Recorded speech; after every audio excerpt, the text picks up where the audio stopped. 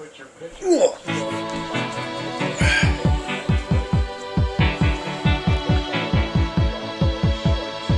to discuss the National League West. Currently the Diamondbacks are in first. Not entirely sure that's going to last. I'll make a bold prediction right now, and I'll back it up with a guarantee. The Diamondbacks will be third place in the National League West. They have really solid number one starter. Finally, they haven't had one, gosh, since Dan Herron 3-4 years ago. Really solid number one starter in Ian Kennedy. Looks real good, real young guy, solidly built, strong and powerful like a horse. Like a stallion, actually. They've got a number 3 starter, Daniel Hudson.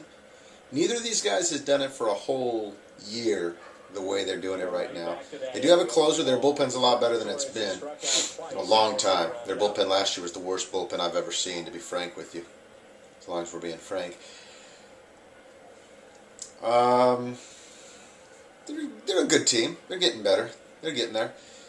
I'm going to stick with the Giants to win that division if they can make a deal. Buster Posey's out for the year, which is significant, but I believe they have the pitching and the bullpen, and they play in a Native American graveyard, an Indian graveyard. Now I'm reluctant to say Indian. Oh, brother. I'm reluctant to say Indian graveyard because Indians are from India. And they're Native Americans. Columbus made a mistake in calling them Indians. Regardless, the Giants play in a Native American graveyard. I've seen things happen. I've seen shit happen there. I've seen balls bounce off of pigeons' heads for home runs.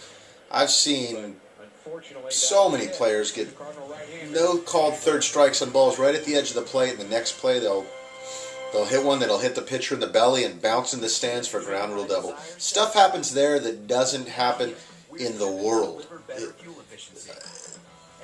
The laws of physics are regularly broken in Pac-Bell or AT&T. I prefer to call it Pac-Bell, F AT&T Park, and F the Giants. But good team, good starting pitching. Worst offense I've ever seen year after year after year. Just an unwatchable, garbage minor league offense.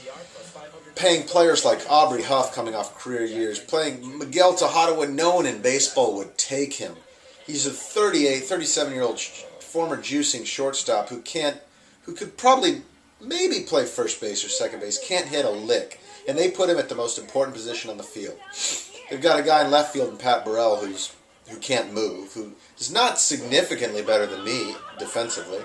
He'll hit a home run once every other week. The Giants fans will go crazy, get hard-ons, and he's completely worthless. Now they have no catcher because Posey's out for the year. Their third baseman, Pablo Sandoval, obviously is their best player, and he's hurt. So we'll give him a pass there. Freddie Sanchez at second is a completely average player. But I still think they'll win the division because Colorado is a bunch of parts that don't seem to be able to be put together. They have a god-awful bullpen year after year. Just Houston Street's about as reliable as the weather. They do have the 2 best players in the division, or 2 of the top 4 in shortstop Troy Tulowitzki and left fielder Carlos Gonzalez.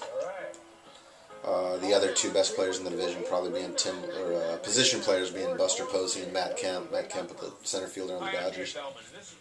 But again, I cannot stress enough that playing baseball on an Indian graveyard seems to be a pretty significant advantage for the Giants. And I'm going to go ahead and say they'll win that division. I'm not ready to say they're going to win the NL again. Kind of think the Phillies will. Kind of cheering for the Reds because they've got some really cool, fun players. It's really early. It's June 1st. This is the first taping of Baseball Fun Times with Ryan and Braveheart the dog. Braveheart's sleeping. Braveheart. Bravey. Come here. Alright. He's decided he wants to stay asleep. Oh, he's decided he wants to wake up. Anyhow, we'll have a chat later.